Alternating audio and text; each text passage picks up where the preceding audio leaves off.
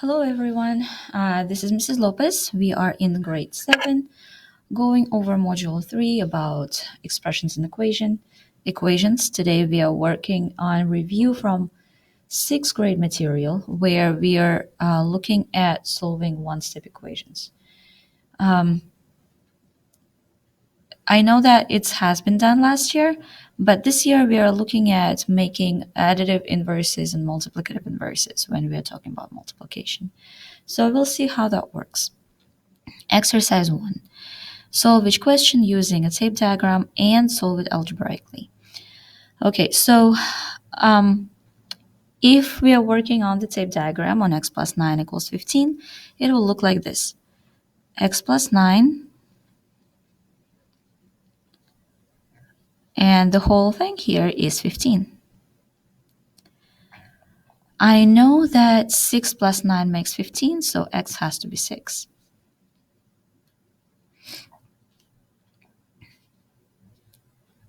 All right. If I want to solve it algebraically, so I have x plus 9 equals 15. I can add if-then moves. So if x plus 9 is 15, then just like in the previous lesson, if I'm adding negative 9 to both sides, I'm going to get rid of the 9 here, correct? 15 plus negative 9. 9 plus negative 9 will make a 0. That's what we want. We will need x on its own. So x will equal, and that is 0.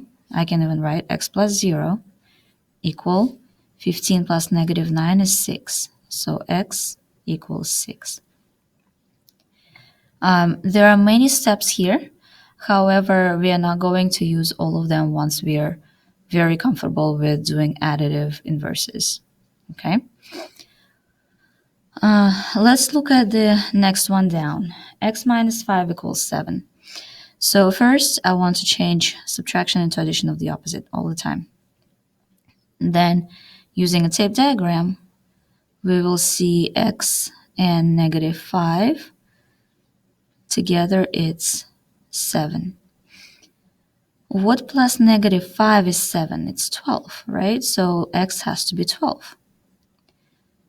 That's how it's solved using a tape diagram. Thinking about it algebraically, if x plus negative 5 equals 7, then to get rid of that negative 5 and have x on its own, I will need to add 5, right? X plus negative 5 plus 5 equals 7 plus 5 as well, because what I do to this side, I have to do to this side to keep the expressions equivalent. So x plus 0 will equal 12. Therefore, x equals 12. Okay, let's see how multiplication works. 3z equals 9. I know 3 groups of z equals 9. So I can draw it as 3 groups of z. Z, and z. 3 groups of z equals 9.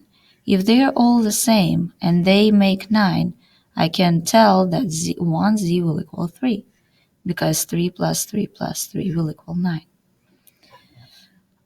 If I solve it algebraically, I will have if 3 times z equals 9, because we know that 3z is 3 groups of z. A groups of means multiplication, right?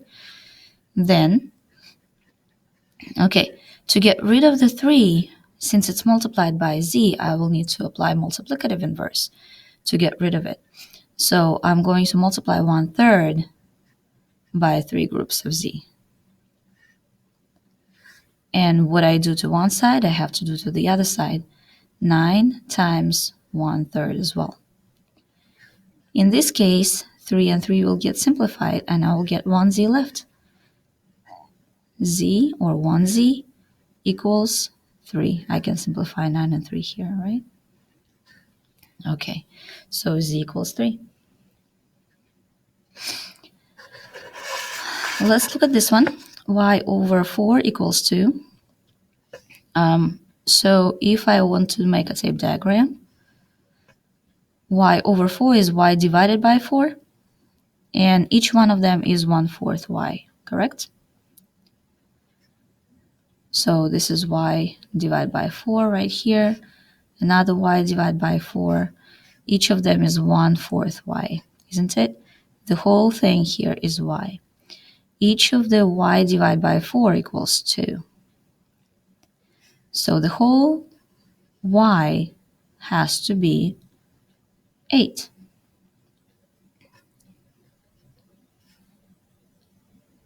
Make sense? So now, so again, y divided by 2, so 1/4 of y, one of these groups, is 2. And if one of these groups is 2, each of them is going to be 2, making all 4 of them 8. So if y over 4 equals 2, I can also rewrite it 1/4 y equals 2, because that is exactly the same thing. Y divided by 4 or 1/4 y, it's exactly the same thing. Then I need to apply multiplicative inverse here and multiply by the reciprocal to get rid of 1/4. So I'm going to multiply it by 4 over 1 times 1/4 y equals 2 times 4 over 1 as well. I will simplify 4's. In this case, I will have 1y left equals 8. Okay, so that is all about applying multiplicative and additive inverse to the problems that I have. Okay, so in our second exercise, they're asking us to either use a tape diagram or solving it algebraically.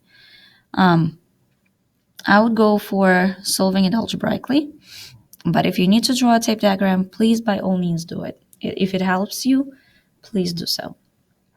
All right, so I have if y plus 12 equals negative 20. This is an addition problem, so I need to add additive inverse. Y then y plus 12 plus negative 12 will equal negative 20 plus negative 12 as well. In here, I will have 12 and negative 12 will make a 0, so y plus 0 equals negative 32. That will make y equal negative 32 as well. If z plus negative 10 equals 15, notice I changed subtraction into addition of the opposite right away. So now I know what to add to negative 10 to be able to make a 0 out of it and have z on its own. Then z plus negative 10, and I will need to add 10 now, equals 15 plus 10. Z plus 0 equals 25. Z equals 25. Next one, negative 3 times x equals negative 21. If negative 3 times x equals negative 21, this is a multiplication problem, so I'm going to apply multiplicative inverse to have x on its own. Then negative 1/3 times negative 3 times x will equal negative 21 times negative 1/3. Whatever I do to one side, I do to the other side. Negative 3 and negative 3 will make us 1, positive 1x equals, and negative 21 times negative 1/3 will give me 7, positive 7. We didn't talk about how do I check my answer to make sure it's correct. So to check the answer, I will substitute 7 instead of x in my original equation. So negative 3 times 7 will give me negative 21, and that is true. In the previous one, I will substitute negative 32 instead of y. Negative 32 plus 12 equals negative 20, and that works. Here I will substitute 25 instead of the z in my original. 25 plus negative 10 equals 15, and that works as well. It means that everything we've done so far is correct. Okay, next one, z over 9 equals negative 12. Remember, z over 9 I can rewrite as 19z. So my if-then statement is going to be if 1/9 z equals negative 12. Now it's a multiplication problem that I can solve by applying multiplicative inverse, multiplying by the reciprocal. Then 9 times 1/9 z will equal negative 12 times 9 as well. Here I will have 9 simplified, and I will have 1z left, equals negative 108.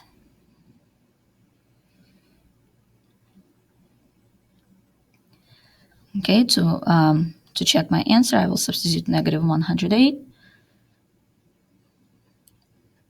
instead of the z. And that works. Negative 108 divided by 9 equals negative 12. Okay. Next problem here.